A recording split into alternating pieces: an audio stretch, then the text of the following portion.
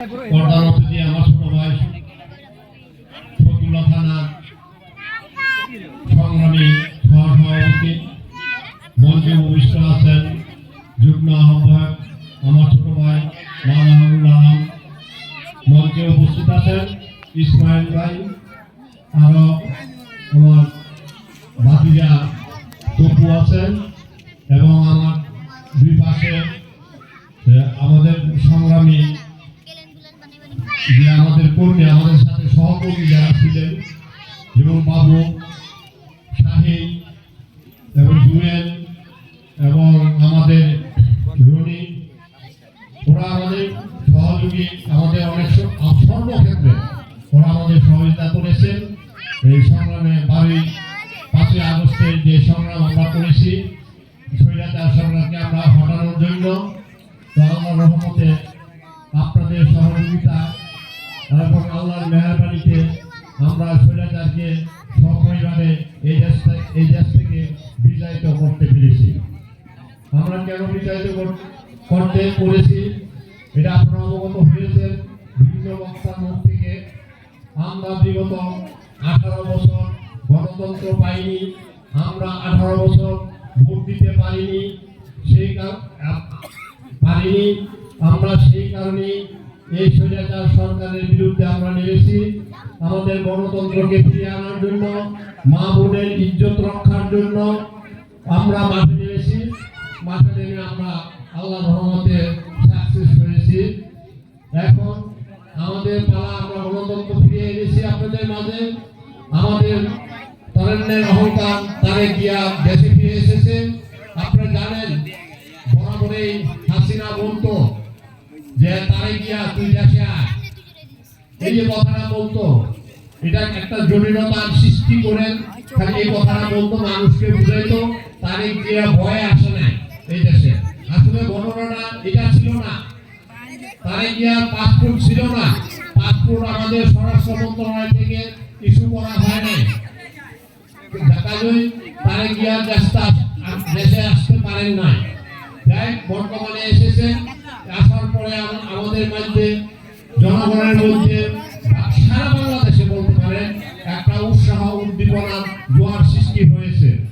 আপনারা 18 বছর পরে একটি নির্বাচন পেয়েছেন বা 12 ফেব্রুয়ারি নির্বাচনে আপনারা যে অংশগ্রহণ করতে পারতেছেন, এই নির্বাচন অবাধ সুষ্ঠু নির্বাচন হবে। এখানে কোনো রকমেরই কারচুপি হবে না।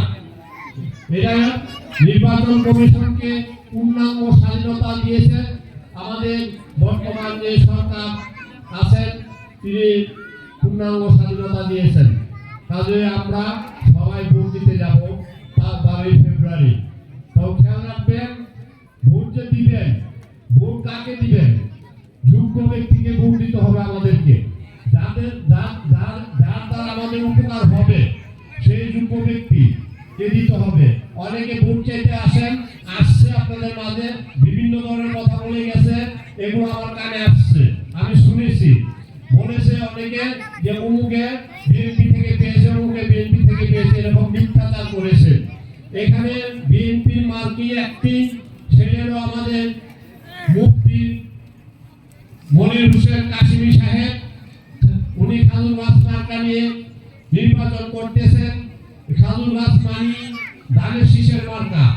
এটা মা বোনদেরকে আমরা বারবার সচেতন করতেছি, আমরা মাঠেও কাজ করতেছি, সবাইকে এটি বুঝাইতে চাইতেছি যে আমাদের মার্কাটা ধানের শীষ, বিএনপির মার্কা ধানের শীষ, ধানের শীষ মার্কে মানি খাজুর গাছ। আমাদের সেন্টারে, আমাদের এই সেন্টারে নাম হোক 4 আসনে।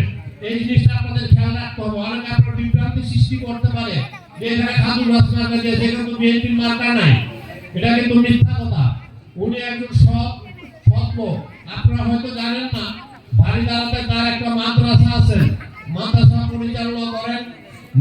যে বাড়িদারায় 1 কাঠা জায়গার দাম 5 থেকে 6 কোটি টাকা, 1 কাঠা জায়গার দাম 5 থেকে 6 কোটি টাকা। সেখানে তিনি 40 কাঠা জায়গা ওয়াকফ করে দিয়েছেন। তার মনোবলটা কিরকম হতে পারে? তার মনটা কিরকম হতে পারে? সে কি চুরি করতে পারে? বিগত 50 বছর ধরে অনেক এমপি পেয়েছি। গিয়াস সাহেবকে আমরা পেয়েছিলাম, মাজারুল বলে গেছেন গিয়াস সাহেবের কথা, সিরাজ ভাইয়ের কথা বলে গেছেন। আমরা গিয়াস সাহেবের আমলে বন্যায় ডুবে গিয়েছিলাম। গিয়েছিলেন না উত্তর মহল্লাবাসী? আমাদের উত্তর মহল্লায় নৌকা চলছে না? 2004 সাল ছিল সেটা। 4 সালের পরে আমি চেয়ারম্যানের সহযোগিতায় আমাদের যে তরুণের অহংকার, চেয়ারম্যান সাহেব কুতুবপুরের তরুণের অহংকার মনোরম সেন্টু, এই সেন্টুকে আমি নিয়ে বললাম যে আমাদের উত্তর মহল্লায় নৌকা চলে।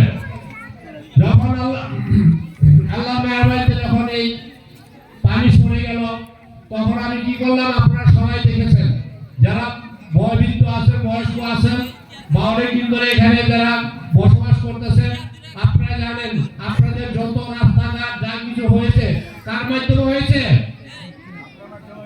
আমার মাধ্যম না, আমার মাধ্যম হয়েছে। ঠিক আছে, এটা অনুদান কে দিয়েছে? চেয়ারম্যান সাহেব দিয়েছে। চেয়ারম্যান ছাড়া এটা আমার পক্ষে করা সম্ভব হয় না। চেয়ারম্যান সাহেব গর্ব করে বলতো, বিভিন্ন কুতুবপুরে বিভিন্ন জায়গায় মিটিং করে বলতো যে নন্দালালপুর উত্তর মহল্লা একটা মডেল। আপনারা গিয়ে দেখেন উত্তর মহল্লাবাসী কিভাবে রাস্তাঘাট তৈরি করেছে। এখনো কিন্তু আপনারা মডেল হিসেবে আছেন। বন্যা হলে, বৃষ্টি হলে আমাদের বেলপাড়াই ধরেন পানিতে তলায় যায়, অথচ উত্তর মহল্লা তলায় না। এটার অবদান কার? এই মনিরুল আলম সেন্টু। যখন যা চেয়েছি তখন তাই দিয়েছে। তবে মনিরুল আলম সেন্টু আমাদেরকে